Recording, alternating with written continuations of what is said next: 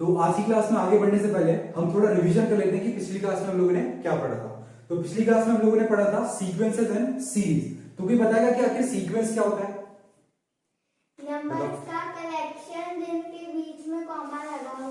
अच्छा, नंबर का ऐसा कलेक्शन जिसके बीच में क्या लगा हो? कॉमा। वो क्या कहलाता है हमारा? सीक्वेंस। और नंबर का ऐसा कलेक्शन जिसके बीच में प्लस माइनस लगा हो तो वो क्या कहलाएगा? सीरीज। क्लियर है इतना? ठीक है। तो अगर सीक्वेंस की बात करें तो क्या होना चाहिए उसमें? कॉमा होना चाहिए। क्या होना चाहिए? कॉमा। और अगर सीरीज की बात करें तो नंबर्स के बीच में क्या होना चाहिए? प्लस या माइनस। ठीक है, ये चीज हमने पढ़ी थी। दूसरी चीज हमने ये पढ़ी थी कि आखिर सीक्वेंस को भी दो पार्ट में डिवाइड करा गया और सीरीज को भी दो पार्ट में डिवाइड करा गया। ठीक है, तो सीक्वेंस के कितने पार्ट होते हैं? दो। कौन कौन से? Finite sequence, infinite sequence. ठीक है, ऐसे सीरीज के भी कितने पार्ट होते हैं? दो। कौन कौन से? फाइनाइट और इनफाइनाइट। ठीक है, आगे फिर हम लोगों ने देखा था क्या प्रोग्रेशन क्या होता है? क्या देखा था? प्रोग्रेशन। तो प्रोग्रेशन क्या होता है? एक ऐसा कलेक्शन नंबर्स का जिसमें हर एक नेक्स्ट टर्म पर्टिकुलर रूल को फॉलो कर रही है। ठीक है, जैसे 2 4 6 8। तो 2 4 6 8 में क्या फॉलो हो रहा है? 2 2 प्लस करने पर हमें नेक्स्ट टर्म मिलते जाएंगे। इसके बाद हमने क्या चीज देखी थी? फंक्शन देखा था। क्या देखा था? सबसे इंपॉर्टेंट फंक्शन। तो फंक्शन क्या होता है? फंक्शन एक टाइप की क्या है? मशीन। क्या है फंक्शन? इसमें एक इनपुट दो तो क्या मिलेगा? आउटपुट। कितने आउटपुट मिलेंगे?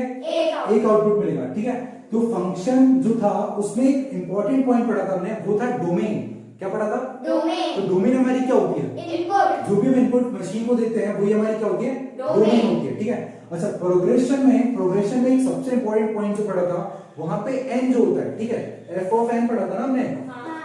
तो वहां पे जो एन होता है उसकी डोमेन क्या होती है? All natural numbers. यहाँ पे सिर्फ और सिर्फ क्या रखेंगे हम? क्या यहाँ पे जीरो आएगा? नहीं। क्योंकि जीरो क्या है? Whole number. नंबर। क्लियर है इतना? ठीक है, इसके आगे फिर हम लोगों ने देखा था कि आखिर सम ऑफ टर्म्स क्या होती है। ठीक है, तो सम ऑफ टर्म्स क्या होती है हमारी?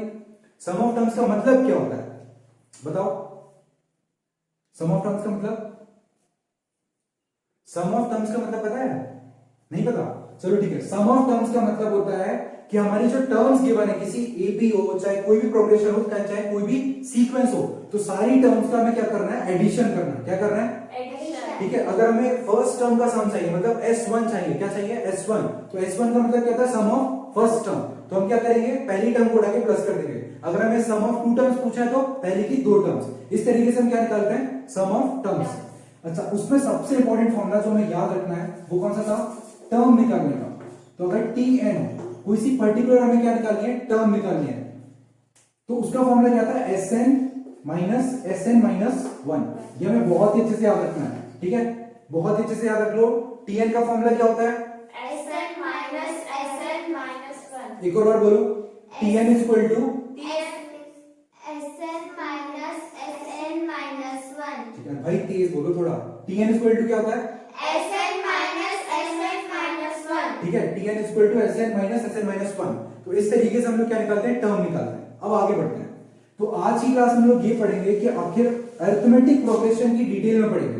ठीक है, आखिर अरिथमेटिक प्रोग्रेशन रियलिटी में क्या है और चैप्टर में इसके क्वेश्चंस कैसे फ्रेम होते हैं। ठीक है, तो स्टार्ट करते हैं। एपी, इसका फुल फॉर्म क्या होता है? क्या फुल फॉर्म होता है? Arithmetic progression. ठीक है, तो सबसे पहली जो इंपॉर्टेंट चीज है वो ये है कि हमारे पास एक सीरीज लेते हैं। ठीक है, सॉरी सीक्वेंस लेते हैं 2 4 6 8 डैश डैश और यहाँ पे मैंने लिखा 12। तो ये एक सीक्वेंस है क्या? हाँ। बिल्कुल। क्या ये फाइनाइट सीक्वेंस है? हाँ। सीक्वेंस क्यों है? क्योंकि इसमें क्या लगा हुआ है? कॉमा। और फाइनाइट सीक्वेंस इसलिए क्यों है? फर्स्ट टर्म भी है और लास्ट लास्ट टर्म टर्म भी भी है, है। हमारी फर्स्ट टर्म भी है और लास्ट टर्म टर्म भी भी है, है। और हर टर्म के बीच में कॉमा लगे होने की वजह से ये क्या है? हमारा सीक्वेंस। सीक्वेंस। अब सुना, क्या ये पहला नंबर है? हाँ। क्या ये हमारा लास्ट नंबर है? हाँ। ठीक है, अच्छा लास्ट नंबर। एक और चीज हमने पढ़ी थी, nth टर्म। क्या पढ़ा था? nth term. Term. nth term कौन सी टर्म होती है? Last term. सिर्फ हमें इतना याद रखना है, nth टर्म कौन सी टर्म होती है? Last term. अच्छा, तो क्या मैं इसको लास्ट टर्म कह सकता हूँ? हाँ। बोलो, क्या ये लास्ट टर्म है? हाँ। अच्छा, इस लास्ट टर्म को मैं an भी लिख सकता हूँ। हाँ या ना? हाँ। क्लियर है? अब आगे सुना, ये हमारी फर्स्ट टर्म है। हाँ। फर्स्ट टर्म को हम डिनोट करते हैं a1 से। किससे डिनोट करते हैं? A1 से। इसी तरीके से सेकेंड टर्म को हम किससे डिनोट करते हैं? A2 से। किससे डिनोट करते हैं? A2 से। थर्ड टर्म को किससे डिनोट करते हैं? A3 से। किससे डिनोट करते हैं? A3 से। फोर्थ टर्म को A4 A4 से। ऐसे सो ऑन आगे जाते जाना है। ठीक है, अब सुनो 1 2 3 4 एक चीज पढ़ी थी हमने, अगर हम 1 2 3 4 डैश डैश लिखें तो आगे जाके जो nth टर्म बनी है वो किससे डिनोट होती है? हमेशा n से। पढ़ा था ना ये, पिछली क्लास में पढ़ा था कि इसका फॉर्मूला क्या बनता है? n बनता है। क्लियर है? तो अगर मैं यहाँ पे लिख रहा हूँ a1 a2 a3 a4 तो लास्ट में जाके क्या आने वाला है? an। इसी वजह से यहाँ पे कौन सी टर्म आती है? nth term. इतना क्लियर हुआ? आगे सीखते हैं। तो ये हमारी कौन सी टर्म थी? First term. इसको हम a से भी डिनोट करते हैं। किससे डिनोट करते हैं? A से। तो फिलहाल हमें सिर्फ दो ही चीजें याद रखनी है, वो क्या है? फर्स्ट टर्म को किससे डिनोट करते हैं? a1 से, और किससे डिनोट करते हैं? a से। लास्ट टर्म को किससे डिनोट करते हैं? an से। ठीक है, क्लियर है इतना? इतनी बात क्लियर है? आगे देखें। तो अब एपी का जो फॉर्मूला है जिसको हम यूज करेंगे क्वेश्चन सॉल्व करने के लिए, तो आखिर वो फॉर्मूला क्या होता है? ठीक है, तो वो होता है nth टर्म फाइंड करने का। कौन सी टर्म फाइंड करने का? nth term. कौन सी टर्म फाइंड करने का? nth टर्म हमारी कौन सी टर्म होती है? लास्ट टर्म भी कहलाती है। तो इसका जो फॉर्मूला है वो होता है an = a plus n minus 1 into d। Clear है इतना? ये फॉर्मूला हमें हमेशा के लिए याद रखना है। ठीक है, तो an = क्या होता है? a plus n minus 1 into d। ठीक है, into d है ये। तो an = a plus n minus 1 into d। Clear है इतना? ठीक है, तो ap का ये फॉर्मूला हमें हमेशा के लिए याद रखना है। अब ये देखिए कि आखिर ये an क्या होता है? तो an क्या होता है? Last term. an क्या होता है? Last term. a क्या होती है? First term. a क्या होती है? First term. n क्या होता है? n को देखते हैं, n आखिर है क्या? अच्छा एक बात बताओ, अगर मैंने लिखी कोई सीरीज 2 4 6 और 8, क्या ये फाइनाइट सीक्वेंस है? हाँ। क्या ये फाइनाइट सीक्वेंस है? हाँ। यहाँ पे फर्स्ट टर्म कितनी है? 2। लास्ट टर्म कितनी है? 8। अच्छा, इस पूरी सीक्वेंस में कितने नंबर्स लिखे हुए हैं? 4। कौन कौन से? 2 4 6 8। तो टोटल नंबर ऑफ टर्म्स हमारी क्या होती है? n। क्या होती है? n। Total number of terms इसके बराबर होती है n के बराबर। तो n क्या होता है हमारा? Total number of terms. Clear? हाँ। और ये हमारी क्या होती है? Last term. ठीक है, अच्छा तो ये n हमें पता चल गया। तो अगर किसी सीक्वेंस में 4 नंबर्स लिखे हैं, अगर किसी सीक्वेंस में 4 नंबर्स लिखे हैं तो हमारा n की वैल्यू कितनी होगी? 4। कितनी होगी? 4। ठीक है, अगर किसी सीक्वेंस में 4 नंबर लिखे हैं तो हमारे n की वैल्यू कितनी होगी? 4। मतलब हमारी पूरी सीक्वेंस में कितने नंबर्स लिखे थे? 4। तो हमारी नंबर ऑफ टर्म्स कितनी होंगी? 4। और उसको किससे डिनोट करते हैं हम? n से। अच्छा, d क्या होता है? डोमेन। d डोमेन नहीं है भाई, d का मतलब यहाँ पे होता है कॉमन डिफरेंस। क्या होता है ये? Common difference. ठीक है, क्लियर है? तो d को हम क्या कहते हैं? Common difference. d को क्या कहते हैं? Common difference. d को क्या कहते हैं? Common difference. n क्या होता है?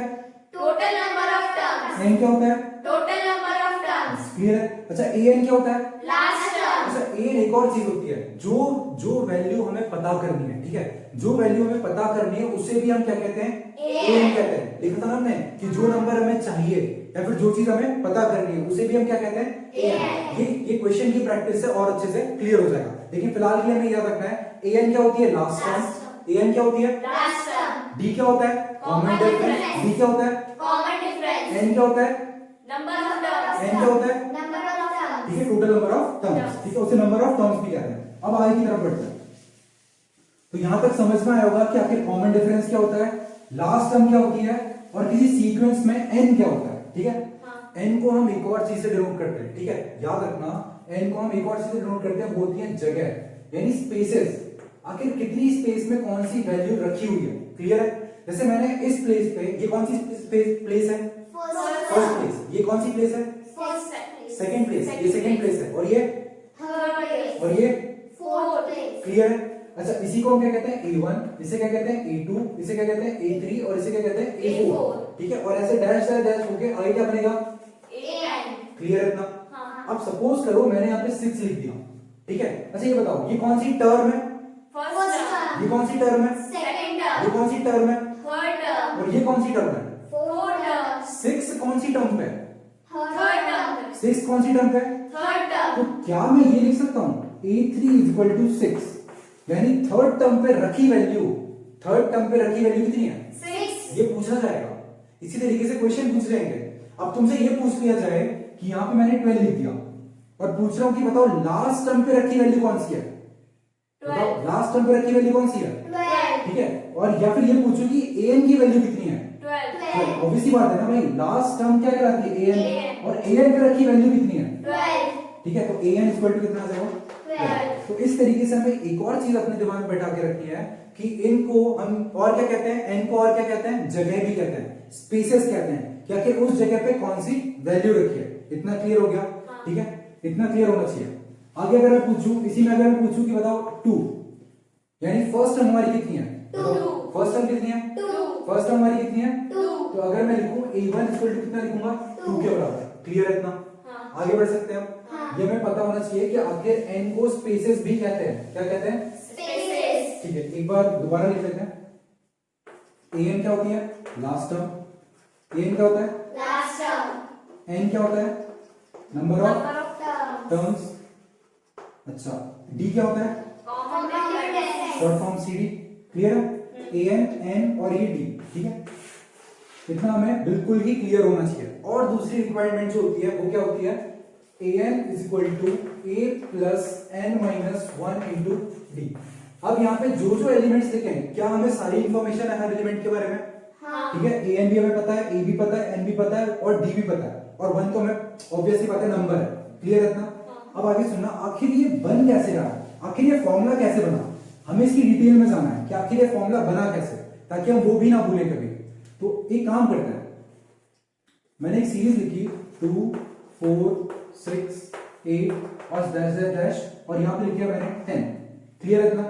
अब आगे सुना, अगर मैं लिखूं a1, बताओ ये a1 होती है कि नहीं होती, हाँ। अच्छा ये a2 होता है, हाँ। ये a3 होता है, हाँ। ये a4 होता है, और ये an। an, last term an होती है। अब आगे सुना, a1 is equal to, a1 जो होगा, क्या इसको इसमें कुछ प्लस करके हमें नेक्स्ट टर्म मिल रही है, हाँ। बोलो हाँ, हाँ। 2 में कुछ प्लस करके हमें नेक्स्ट टर्म मिल रही है, हाँ। तो 2 में क्या प्लस करके मिल रही है, +2 +2 क्या मिल रही है, +2 +2 करके। अच्छा 4 में क्या प्लस करने पे हमें नेक्स्ट टर्म मिल रही है, +2 उसमें भी +2 करना पड़ रहा है। अच्छा 6 में ऐसा क्या प्लस करना पड़ रहा है कि हमें नेक्स्ट टर्म मिल रही है, +2 तो एक चीज नोटिस करो, अगर मैं a2 माइनस a1 कर दूं, क्या कर दूं, a2 -a1 दोबारा a2 minus a1 a2 minus a1 a2 minus, a1 एक और चीज, अगर मैं लिखूं a4 माइनस a3, क्या लिख दूं, a4 -a3 अच्छा a2 माइनस a1 की वैल्यू निकालता हूं, ठीक है, a2 माइनस a1 की वैल्यू कैलकुलेट करते हैं। a2 पे बताओ कौन रखा हुआ है, 4 a2 पे कौन रखा है, 4 यानी सेकंड टर्म कितनी है, 4 समझ में आ रहा है ना, हाँ। सेकंड टर्म हमारी 4 माइनस फर्स्ट टर्म कितनी है, 2 2, तो मैंने ये लिख दिया। इसका जो आंसर आएगा वो कितना आएगा, देखो 2 आएगा, क्लियर है इतना। अच्छा आगे बढ़ते हैं, इसी तरीके से a4 माइनस a3 करता हूं, तो a4 टर्म कितनी है, 8 8, और थर्ड टर्म कितनी है, 6 माइनस करने पे आंसर कितना, 2 इतना क्लियर। हाँ। एक बात बताओ, क्या हम एक टर्म में से उसकी पहले वाली टर्म को अगर माइनस कर दें, ठीक है, एक आगे वाली टर्म में से उसके पहली वाली टर्म को अगर माइनस कर रहे हैं, तो क्या हमें हमेशा आंसर सेम मिल रहा है, हाँ। देखो अगर मैं 8 में से 6 माइनस कर दूं, 8 में से 6 माइनस कर दिया तो आंसर कितना आएगा, 2 क्लियर है। तो ये 8 आगे वाली टर्म थी और उसकी पीछे वाली टर्म कौन है, 6, तो अगर आगे वाली टर्म में से पीछे वाली टर्म को माइनस कर दिया जाए तो हमें क्या मिल रहा है, 2। इसी तरीके से अगर 4 में से 2 को माइनस कर दूं तो आंसर कितना आ रहा है, 2 तो हमेशा आगे वाली टर्म में से पीछे वाली टर्म को क्या करना है, माइनस। माइनस, इतना क्लियर है, हाँ। ठीक है। आगे वाली टर्म में से किसको माइनस करना है, पीछे वाली टर्म को आगे वाली टर्म में से किसको माइनस करना है, पीछे वाली टर्म को, तभी जाके ये जो फॉर्मूला बनता है ना, ये बनता है डी का, यानी CD का, किसका फॉर्मूला बनता है, CD का, और इसे ही हम कहते हैं डी, क्या कहते हैं, D यानी कॉमन डिफरेंस। Difference। डी मतलब क्या होता है, common Common difference, difference। D मतलब, कॉमन और ये डिफरेंस, क्या होता है, a2 माइनस a1 क्या होता है, a2 -a1, और जरूरी नहीं है a2 माइनस a1 हो, बस इतना ध्यान रखो कि आगे वाली टर्म में से पीछे वाली टर्म को माइनस, तो तुम्हें हम हर बार ही डी मिलेगा, क्लियर है इतना, हाँ। पक्का। हाँ। आगे कोई सीरीज लिख दूंगा, निकाल लोगे, हाँ। एक और सीरीज लिखता हूं, 1 3 5 7 9, इसका कॉमन डिफरेंस कैलकुलेट करना है, क्या कैलकुलेट करना है, कॉमन डिफरेंस, फिलहाल के लिए इसे मिटाते हैं, सोच लो, सब लोग कैलकुलेट कर लो, इसका कॉमन डिफरेंस कितना आएगा, ठीक है, जिससे पूछो वो बताएगा। इसका कॉमन डिफरेंस मतलब डी निकालना है, क्या निकालना है, D। डी, यानी CD निकालना है। कॉमन डिफरेंस का मतलब क्या होता है, CD। और CD का फॉर्मूला अभी हमने पढ़ा, CD का फॉर्मूला क्या था, A2 माइनस, और ये A2 माइनस A1 नहीं है, बस अपने दिमाग में एक चीज बैठा लो, A2 माइनस A1 नहीं है, तो आगे वाली टर्म में से पीछे वाली टर्म को क्या कर दो, माइनस, बस इतना ध्यान रखना है। तो बताओ कौन बताने वाला है, कितना आंसर आएगा, 3 minus 1 वेरी गुड भाई। A2 देखो CD का फॉर्मूला क्या होता है, A2 माइनस, A1 लगा दे। हाँ अब सुना, A2 कितना है, 3 3 माइनस A1 कितना है, 1 आंसर कितना आया, 2 क्लियर है इतना, हाँ। आगे बढ़ते हैं। अब मैं इसके आगे जाता हूँ, तो CD अगर निकालो दोबारा तो इसका आंसर बताओ एक और तरीके से, कितना आएगा, 2। 5 minus 3 2 देखो ये A1 है, ये A2 है, ये A3 है, ये A4 है, क्लियर है इतना। हाँ। तो अगर मैं इधर से निकालना चाहता हूँ इन दोनों टर्म्स में से, तो आगे वाली टर्म कौन है, 3 अरे आगे वाली टर्म, आगे सीरीज ऐसे आगे बढ़ती है ना, सीक्वेंस ऐसे आगे बढ़ता है, आगे की तरफ राइट हैंड साइड जाते हैं भाई, क्लियर है, हाँ। ठीक है। याद रखना ये आगे किस साइड होता है, इस side, right hand side, right hand side आगे बढ़ती है सीरीज। अच्छा तो आगे वाली टर्म कौन है, 5 और पीछे वाली टर्म कौन है, 3 तो आगे वाली टर्म में से पीछे वाली टर्म को माइनस कर दो, हाँ। तो कितना आएगा, A3 माइनस A2 लिख सकता हूँ, हाँ और A3 माइनस A2 मतलब 5 माइनस 3, आंसर कितना आएगा, 2 इतना क्लियर है। हाँ। बताओ क्या CD दोनों ही केस में सेम आ रहा है, हाँ इसका मतलब ये हमारा क्या बनने वाला है, कॉमन डिफरेंस, क्या बनने वाला है, कॉमन डिफरेंस तो हम D की वैल्यू निकालना सीख चुके हैं, क्लियर है इतना। हाँ तो D की वैल्यू हम निकालना सीख चुके हैं, ठीक है। इस तरीके से हम क्या निकालते हैं, D क्या निकालते हैं। D अब आगे सुनना, अगर मैं A1 का जो फॉर्मूला होता है वो होता है A plus D, sorry A1 का जो फॉर्मूला होता है वो किसके बराबर होता है, A क्यों, अभी पढ़ाया था मैंने, A1 A के बराबर क्यों होता है, क्योंकि A1 को अपन A कहते हैं बिल्कुल सही, A1 को ही हम A कहते हैं, क्लियर है। तो A1 इक्वल टू कितना आ जाएगा, A या फिर मैं से एक और चीज लिख सकता हूँ, इतना फिलहाल याद रखो कि A1 को हम और क्या कहते हैं, A A1 को और क्या कहते हैं, A एक और चीज कह सकता हूँ, A प्लस 0D, क्लियर है।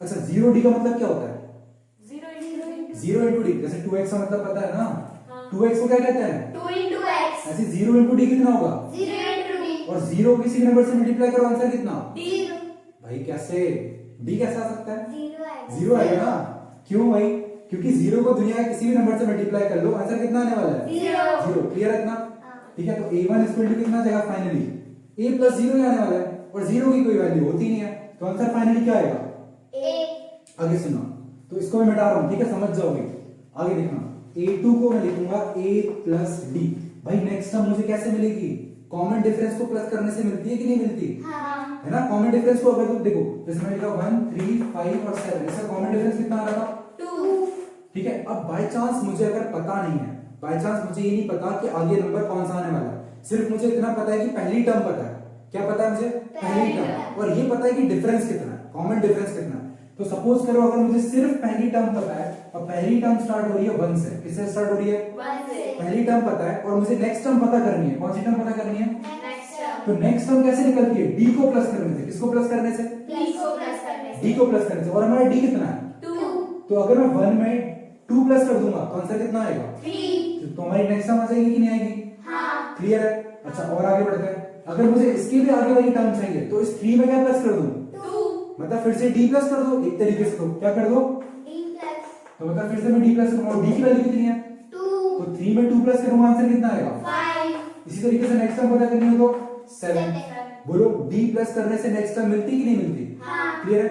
अच्छा तो A1 हमारी A थी, और मुझे A2 पता करनी है, A2 मतलब सेकंड टर्म, Second term। तो सेकंड टर्म को पता करने के लिए हम उसमें क्या प्लस करते हैं, A plus D मतलब D प्लस करते हैं ना, ये अभी तो सीखा, नेक्स्ट टर्म पता करने के लिए क्या प्लस करते जाओ, D प्लस करते जाओ, क्लियर है। हाँ यहाँ पे मैं D की वैल्यू 2 पता थी, तो मैंने 2 प्लस करा, तो फिर नेक्स्ट टर्म आ गई, उसके बाद एक और पता करनी, तो फिर D प्लस कर दिया, उसके बाद एक और पता करनी है, फिर D प्लस कर दिया। तो इसी तरीके से अगर A1 A के बराबर है और हमें A2 पता करना है, तो A1 में क्या प्लस कर दें, 2 D भाई 2 क्यों, वो तो 2 तो किसी पर्टिकुलर सीरीज के लिए था, क्लियर है, हम तो अपने जनरल निकाल रहे हैं, जनरल। तो A1 अगर हमें A गिवन है और A2 हमें पता करना है, तो इसमें क्या प्लस कर दो, D प्लस कर दो भाई। तो मैंने क्या करा, देखो A1 किसके बराबर था, A के बराबर A2 पता करना है, तो A में क्या प्लस कर दो, D D प्लस कर दो, तो ये आ गई भाई सेकंड टर्म। अच्छा इसी तरीके से A3 पता करना हो तो क्या करूं, A प्लस 2D, हाँ है ना, A प्लस 2D करूंगा। आगे सुनना, A4 अगर पता करना हो A प्लस 3D, A5 पता करना हो तो A प्लस 4D 4D ऐसे ऐसे करके अपन नीचे आते जाएंगे। क्लियर है? हाँ। अच्छा, कोई किसी को यहाँ पे कंफ्यूजन कि आखिर 1 के बाद 2 क्यों लिख दिया? किसी को कंफ्यूजन है? नहीं कंफ्यूजन? अरे भाई एक और चीज सोचो ना कि अगर मुझे जैसे 5 चाहिए, क्या चाहिए? 5। तो 5 कौन सी टर्म है? देखो ये 1 है, ये 2 है और ये A3। अगर मुझे A3 पता करना तो A3 का फॉर्मूला क्या बनेगा? A plus 2D। क्या बनेगा? A plus 2D। क्या बनेगा? A plus 2D। और मुझे D की वैल्यू पता है कितनी है? 2। तो A3 is equal to, और A पता है क्या मुझे? हाँ। फर्स्ट टर्म तो पता है ना? फर्स्ट टर्म कितनी थी? 1 plus 2 into 2। देखो कितना आएगा? 1 प्लस वर्ड मास के हिसाब से मल्टीप्लिकेशन पहले, तो 2 2 से कितना हुआ? 4। तो ये बताओ कितना आया? 5। क्या हमारी A3 5 के बराबर आ गई? हाँ। बोलो क्लियर है? तो इस वजह से हम क्या करते हैं? A3 equal to A plus 2D। और ऐसे अगर नेक्स्ट टर्म पता करनी तो A प्लस 3D, और ऐसी 4 टर्म पता करनी है, सॉरी 5th टर्म पता करनी तो A प्लस 4D। समझ में आ रहा है? पक्का समझ में आ रहा है? आगे बढ़ते हैं। और ऐसे से करके अगर मैं आगे जाते जाऊं तो ये 1 2 3 4 और फाइनली किस पे आऊंगा मैं? AN पे। किस पे आऊंगा? AN है ना? आएगा ना भाई? अगर बिल्कुल लास्ट में जाऊं, लास्ट टर्म क्या होती है? AN। तो उसका फॉर्मूला बनेगा A plus n minus 1 into D. अब ये n माइनस 1 क्यों आया? n माइनस 1 क्यों आया? ठीक है, n माइनस 1 क्यों आया? n माइनस 1 क्यों आया? कोई बताएगा? नहीं पता। चलो तो लॉजिक लिखते हैं। इधर क्या लिखा था? 0। इधर क्या लिखा था? 1। देखो 1 लिखा हुआ है ना? हाँ। जो नंबर दिखता नहीं है वो क्या होता है? 1। 0। इधर कितना आया? 1। इधर 2। इधर 3। इधर 4। अच्छा एक चीज नोटिस करना, यहाँ पे कितना लिखा है? 3। यहाँ पे कितना है? 2। 3 में ऐसा क्या करा होगा कि 2 आ गया? -1। -1 दिया होगा। अच्छा 2 में ऐसा क्या करा होगा कि 1 आ गया? -1। 4 में ऐसा क्या करा कि 3 आ गया? -1। 5 में ऐसा क्या करा कि 4 आ गया? -1। तो n में ऐसा क्या करूं कि आ जाए? बताओ। n -1 ऑब्वियस ही बात है, हर जगह -1 चल रहा है यहाँ पे। तो लास्ट में भी क्या आएगा? n-1। इसी वजह से फॉर्मूला बनता है। क्लियर है? तो an इक्वल टू क्या होता है? a plus n minus 1 into. इस तरीके से हम इस फॉर्मूले को क्या करते हैं? डिराइव करते हैं। क्लियर है? क्लियर है? ठीक है, आगे बढ़ते हैं। तो देखा कि आखिर ये फॉर्मूला आया कहां से? ये फॉर्मूला इस तरीके से आया। ठीक है, पहली टर्म क्या होती है? a। पहली टर्म क्या होती है? a। सेकेंड टर्म क्या होती है? a। सेकेंड टर्म क्या होती है भाई? a2। अरे भाई, फर्स्ट टर्म क्या होती है? a के बराबर। फर्स्ट टर्म a के बराबर। फर्स्ट टर्म a के बराबर। Second term a plus b के बराबर। नेक्स्ट टर्म कैसे निकालते हैं भाई? कॉमन D को डिफरेंस प्लस प्लस करके। करके। नेक्स्ट टर्म कैसे निकालते हैं? d को प्लस करके। कॉन्फिडेंटली बोलो यार। ठीक है, सेकेंड टर्म कैसे निकालते हैं? d को प्लस करके। सेकेंड टर्म कैसे निकालते हैं? d को प्लस करके। और फर्स्ट टर्म हमारी क्या होगी हमेशा? a। अच्छा, थर्ड टर्म कैसे निकालते हैं? a plus 2d। Fourth term बताओ। a plus 3d। Fifth term बताओ। a plus 4d। और लास्ट टर्म मतलब an is equal to a plus n। minus 1 into d। हर किसी को पता होना चाहिए कि आखिर n-1 क्यों आ रहा है। क्लियर है? हाँ। देखो इधर ये बंदा और ये बंदा जो बैठा हुआ है, ये 3 है और ये 2 है। 3 के बाद 2 कैसे होगा? -1 करके। तो n के बाद मुझे क्या करना पड़ेगा? -1। क्लियर है? हाँ। कितना क्लियर है भाई? हाँ। हमें पता होना चाहिए कि आखिर फॉर्मूले बन कहां से रहे हैं। ठीक है, हाँ। चलो बढ़िया, आगे बढ़ते हैं। अब मैं एक सीरीज दे रहा हूं। ठीक है, 2 4 6 8 डैश डैश डैश, और मैं ये लास्ट टर्म पूछ रहा हूं, और ये लास्ट टर्म A16 पता करनी है। कौन सी टर्म पता करनी है? a16। A16। अच्छा, A1 का मतलब क्या होता है? First term. A2 का मतलब? Second term. A3 का मतलब? Third term. A4 का मतलब? Fourth term. और A16 का मतलब? an। अरे A16 का मतलब रियल मतलब। Last term. एक और मतलब बताओ भाई, जैसे नाइन्थ टर्म। अरे नहीं भाई, 16th 16 टर्म। Very good. कौन सी टर्म? 16th term. मतलब 16th टर्म पे रखी वैल्यू निकालनी है हमें। सही बात बोल रहा हूँ? हाँ।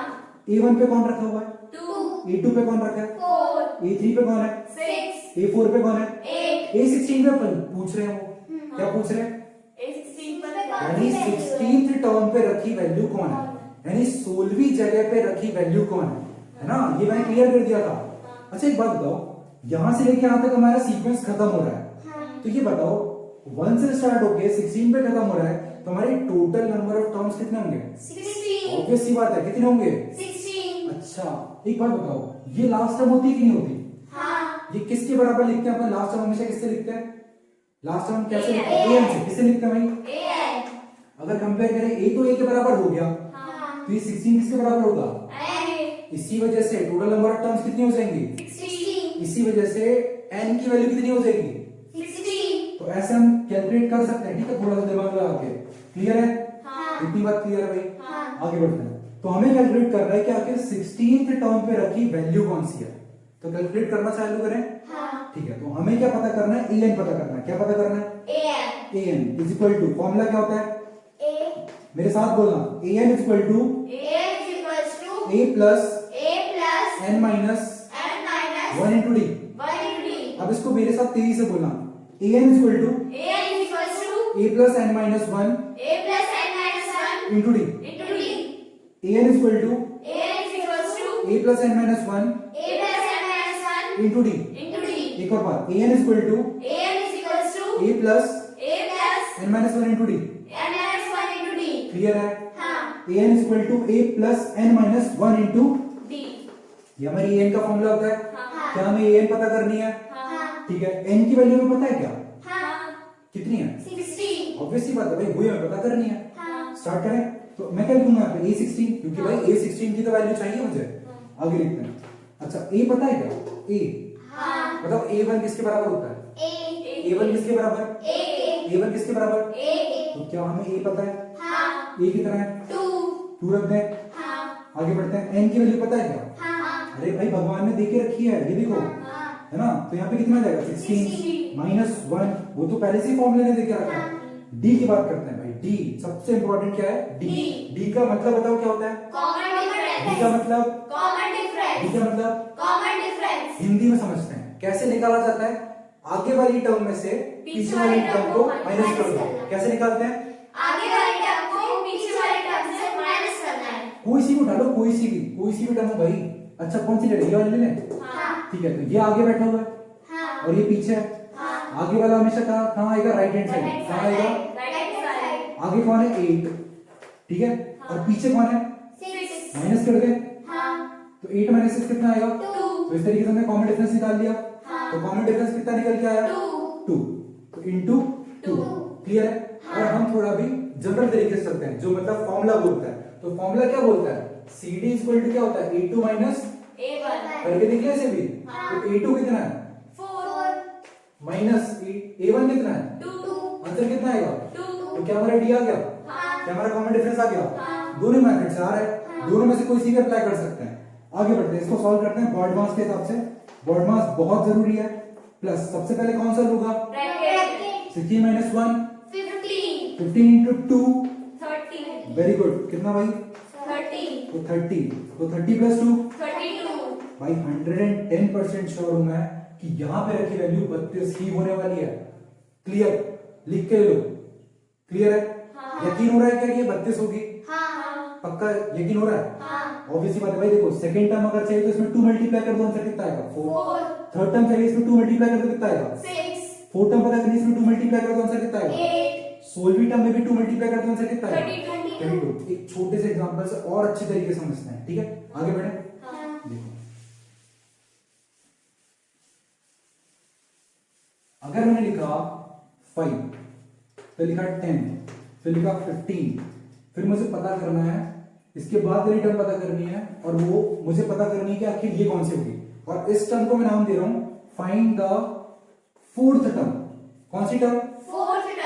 इस सीक्वेंस का फोर्थ टर्म कितना होगा? भाई बच्चा जानता है कि अगर ये पहली टर्म है, अगर ये दूसरी टर्म है, अगर ये तीसरी टर्म है, तो चौथी टर्म का आंसर बता सकते हो? कितना आएगा? 20। भाई लॉजिकल सी बात है, कितना आएगा आंसर? 20। ये बच्चा जानता है, लेकिन हम किससे निकालेंगे? फॉर्मूले से, ताकि कंसेप्ट समझ में आए।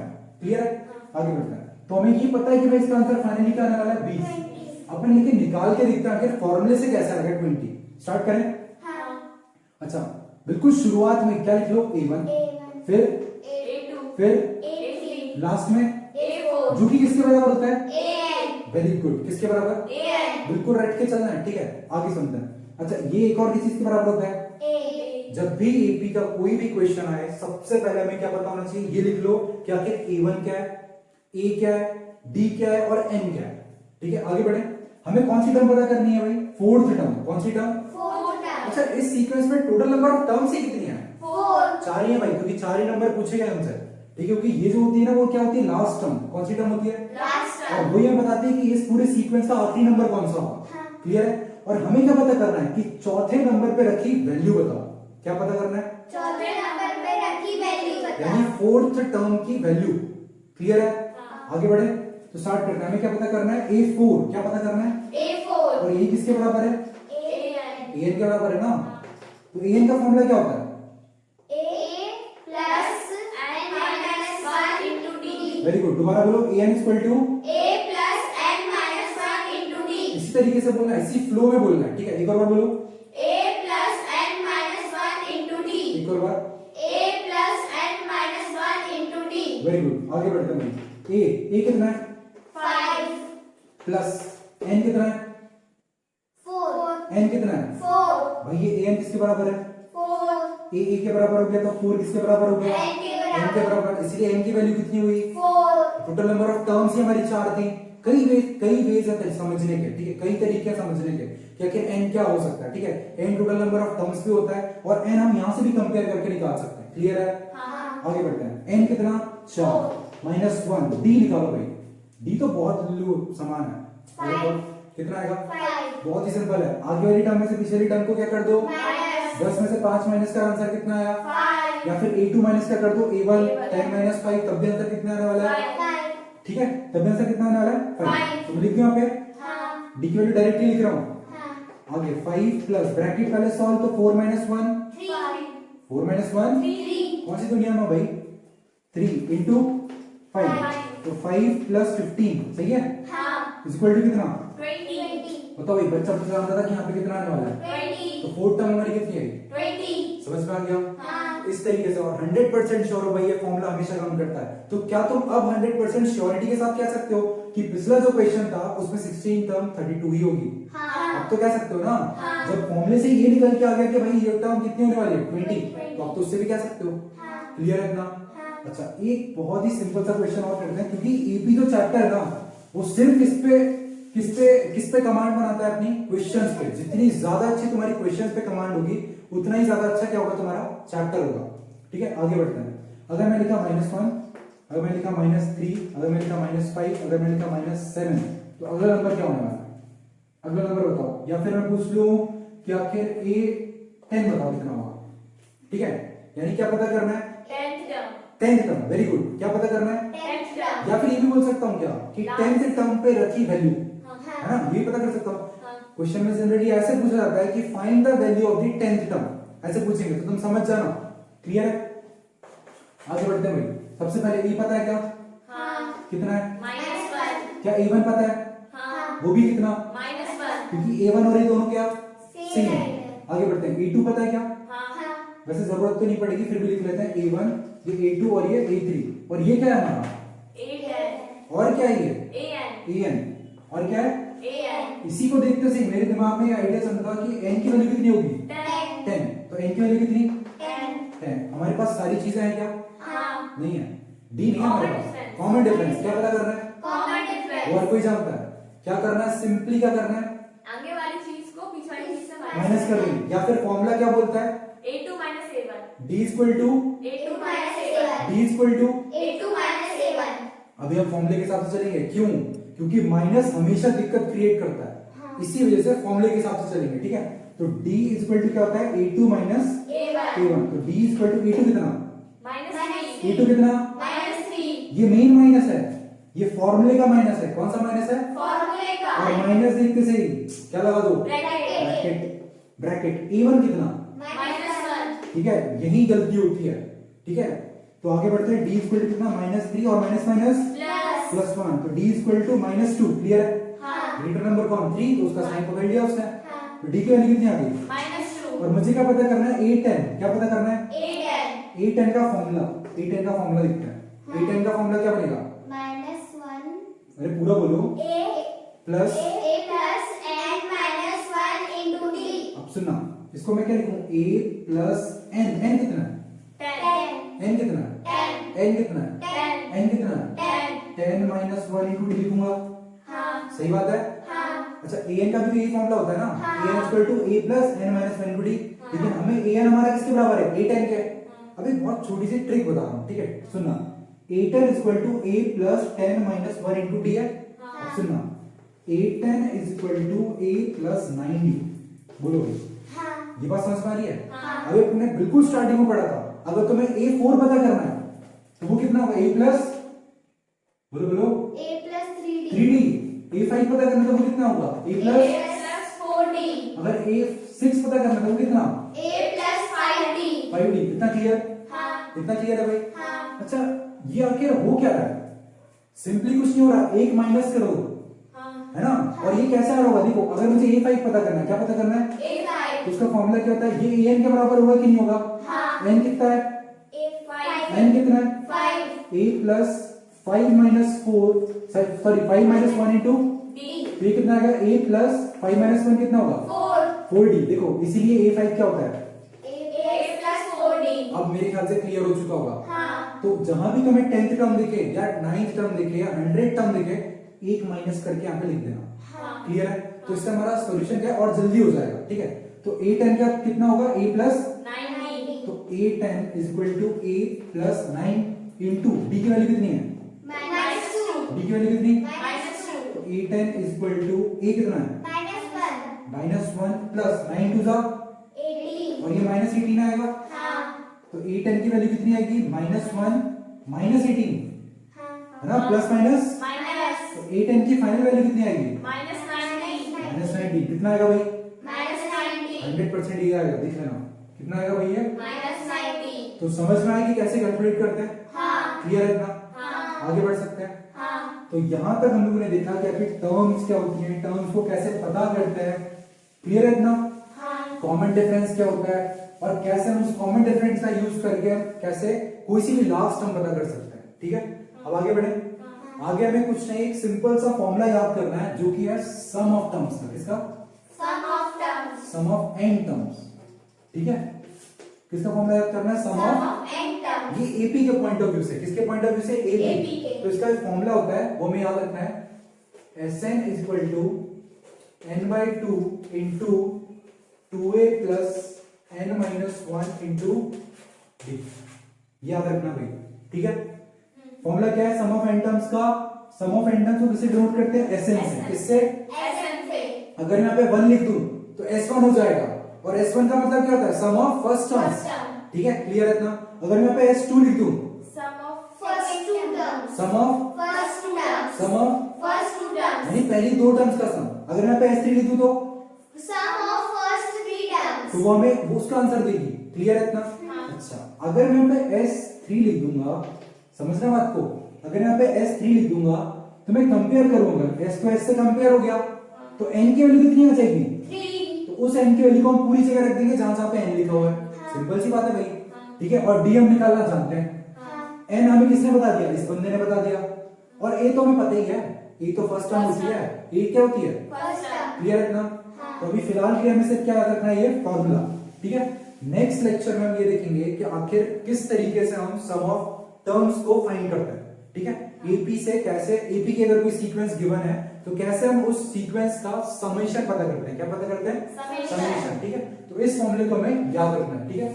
तो नेक्स्ट वीडियो में बस यही डिमांड होगी कि तुम्हें इस फॉर्मूले को क्या करके आना है, याद करके आना है, ठीक है। क्या करके आना है, याद कर तो Sn इज इक्वल टू, एक बार रिपीट करा देता हूं, Sn is equal to n/2 into, n/2 into साथ में बोला, Sn is equal to Sn is equals to n/2 into n/2 into 2a plus n minus 1 into d, 2a plus n minus 1 into d n/2 into n/2 into 2a plus n minus 1 into d. 2a plus n minus 1 into d clear है इतना? हाँ। पक्का clear है? हाँ। इसको एक तरीके से और देख लेते हैं, फिर वाइंड अप करते हैं। n/2 ब्रैकेट, क्या मैं 2a को a प्लस a लिख सकता हूँ? हाँ।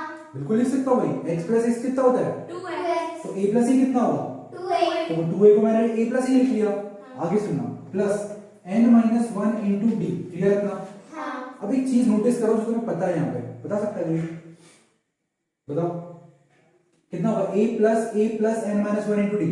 कोई नोटिस कर रहा है जो अभी पढ़ा चुका हूं, हाँ। कौन सी चीज, जल्दी बोलो। अरे भाई सिंपल देखो, a plus n minus 1 into D, ये तो हम पढ़ चुके हैं। हाँ। किसके बराबर है, a n के बराबर, किसके बराबर है, an तो Sn is equal to n/2 into a plus an, ये भी एक फॉर्मूला होता है। मतलब अगर हमें लास्ट टर्म भी पता हो ना और हमें फर्स्ट टर्म पता हो तो भी तुम समीशन निकाल सकते हो। समझ में आई बात? हाँ क्लियर है? हाँ। इतना क्लियर है? हाँ। तो यहां तक हमने देखा, ठीक है। अब नेक्स्ट क्लास में देखेंगे।